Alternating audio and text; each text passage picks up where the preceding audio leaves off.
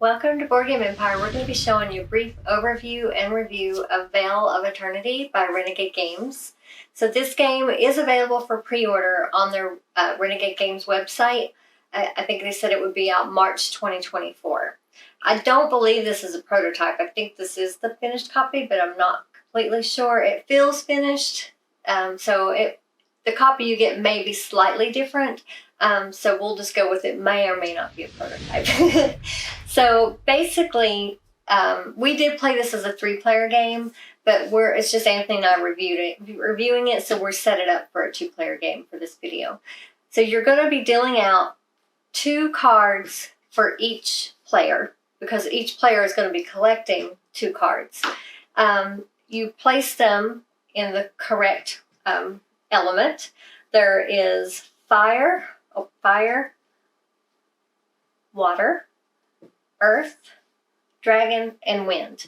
So it starts out in the game of hunting phase, and this is the setup right here. And this is just an extra if you want that to look cool. There's no purpose of this other than just for aesthetics. And the cards are random. We just picked these because that way you guys can see the different elements. And then you're going to be scoring. You do put your player tokens on the scoreboard here. Whoever's going second starts out at the 1 phase space. If there's a 3rd player, they would start out at 2. And so basically for going first, you start out at 0. But that is an advantage by going first. I will say that. You're going to be collecting, what are these called again? Magic stones. Magic stones, which are worth 1, 3, and 6. You will be using those magic stones to summon the creatures that you collect. And the strategy in this game is you have to, there's no change in this game. So the cost to summon is right here. So that costs 3. If you didn't have a 3 magic stone, say you only had a 6, if you spent that 6 for it, you basically paid 6 for it. You don't get any change in this game. So hopefully you have some 1s, but the catch in this game, you can only have 4 magic stones. So it kind of makes it difficult to have enough on hand to where you never overpay for things. There was a card that I had that allowed me to have more than 4 magic stones. There is a card that I had that switched my 3 to a 6 as well. And so it gave more value. Right. So there's a lot of things that each of these cards do. They're going to be choosing. Some of them are instant effects if they have the little lightning bolt. Some of them are ongoing if they have the infinity symbol, meaning basically if you meet that requirement or whatever that occurs. And then there's the one with the hourglass. That's the one that you do at every resolution phase, which is at the end of every round. Some also do have 2. Yeah, some have an instant effect, and then another one has an ongoing effect, or some have an instant effect or a resolution effect. Like there's some that say, was it restore, or what was the wording it used? Recharge. Recover. Oh yeah, recover. When it has recover, basically that's a card that you could kind of keep using over and over again. You just have to pay to summon it into your area each time. Another catch to this game that you have to pay attention to is you can only have as many cards in your area as the number of round it is. So round 1, you can only have 1 card that you've summoned in your area.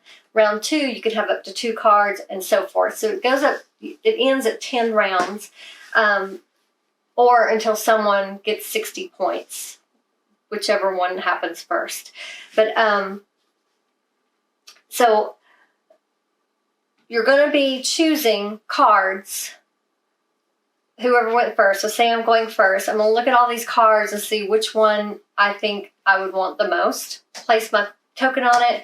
Then you go around the table. Each player places a token. That's the hunting phase. Now it's the action phase.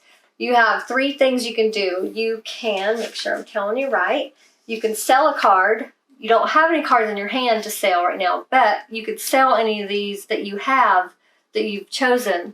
The amount you get for it is right here on the board. So for a dragon card, you would get a 6 magic stone. For the fire ones, you get 3 of the red, which are 1s. For the earth, you would get 4 of the ones. For the water, you would get 1 blue. And for the wind, you get 1 blue and 1 red magic stone. So in the beginning, first round, you're going to be obviously selling one or both of the cards you get. If a lot of times you sell one, summon the other one is what I did. So say I sold this one for 6, I could do that. And then I could overpay for this one and summon it if I felt that one was better for my area.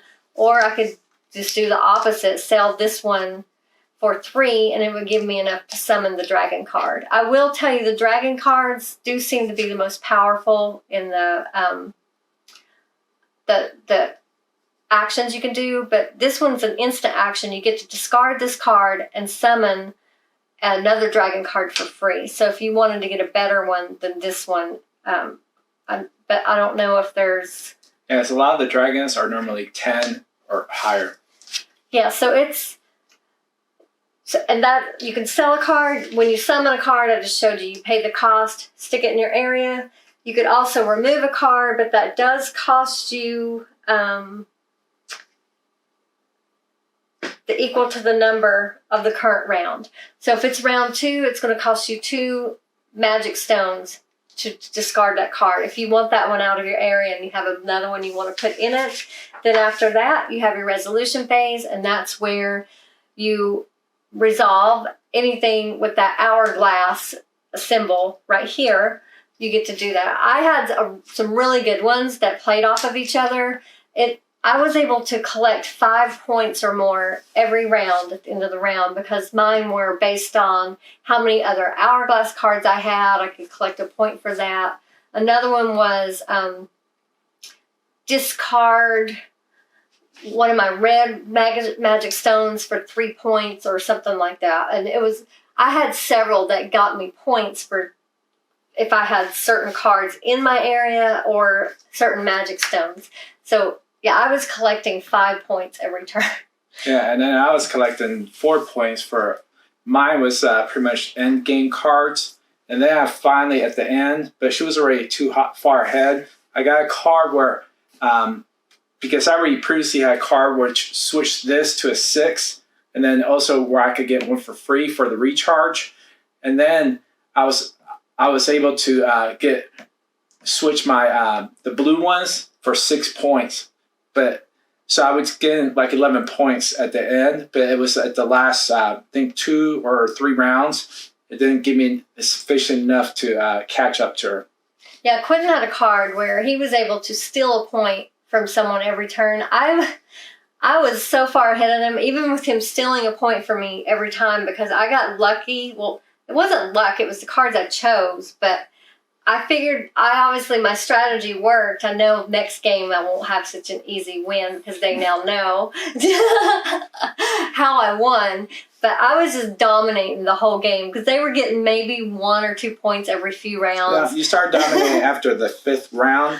I was always ahead. Yeah, but prior to that, we were like somewhat really close, like 3 points away from each other. And so once after the 5th round, and you start getting more of a combination card and recharge is when you start taking off. Yeah, but it's a very simple game to learn and pick up. It does have a really cool first player marker, and that does pass from round to round who gets to go first. Because like I said, it is a big advantage to go first because you get first choice of the cards that are out here. And a lot of them have some really amazing things that they do. A lot of the instant ones are good because they kind of give you a boost, but you really do want to get those ones that resolve in the resolution phase. You want to have a lot of those because that's where you can really rack up those points or be able to switch up your magic stones or whatever they allow you to do. Any of that is very beneficial because the more expensive card you can purchase, obviously the better effects it's going to have. But, and this game didn't take us that long. Was it like 30 minutes maybe? Yeah, it's a 30, 40-minute game. Yeah, and it's very easy to set up, very easy to learn. You do get this token as well. Once you reach 60, you just turn it over and just keep scoring your current resolution round. And then, of course, once that occurs, everyone scores, finishes scoring out their resolution phase, and then whoever has the most over 60 is the winner once someone passes 60. But they weren't even close to me. I think, where were you guys, in the 40s still? No, I was 15 points away from you. Oh, were you? Yeah. Oh, because you came in at that last minute. Yeah. But, yeah, for a long time, they were pretty far behind me. Yeah, once I got that one where I could switch the blue to the 6 points, it kind of helped me. Yeah, so what did you, I know we've already talked about it, but what are your thoughts and component quality? Really like the components, like the wooden pieces, great illustration, and easy to read font. The board is very easy to navigate. The round tracker, then the point system. Also, it shows what you collect if you sold your cards.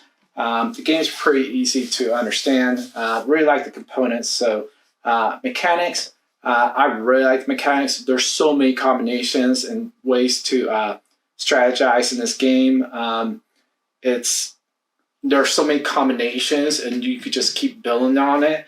Especially after you've been playing for a couple games, you will learn that which route to best go at. Some of it is determined on what cards you first get, but there is luck based, but then there's not, because there's so much strategy in this game. So you just need to know what to do and have a game plan from your first deck. But I really like the mechanics in this game. Replayability, high replayability, because it is only a 30-40 minute game. It almost hits that filler game. But it has so much strategy for such a 30-40 minute game, and small footprint. This is not a big board. You can play this in many areas. So high replayability because it's literally takes 5 minutes to set up or less. Very impressed with the setup and how much strategy is in such a little game. Overall total, I'm going to give this a 9.5 out of 10.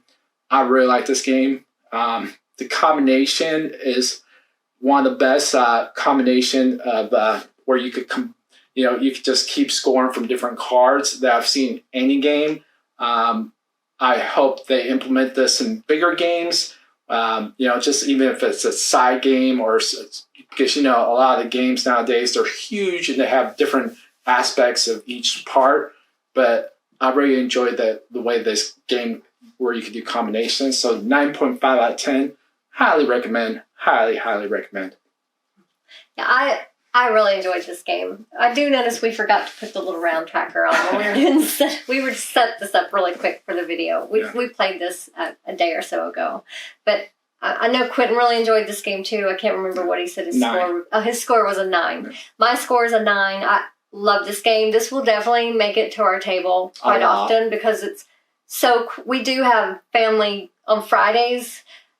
We play whatever game. It's like family game night, so we take a break from playing just games we need to play, and games we just pick games we want to play. Some of them are games we haven't played yet, and some are games we've played in the past.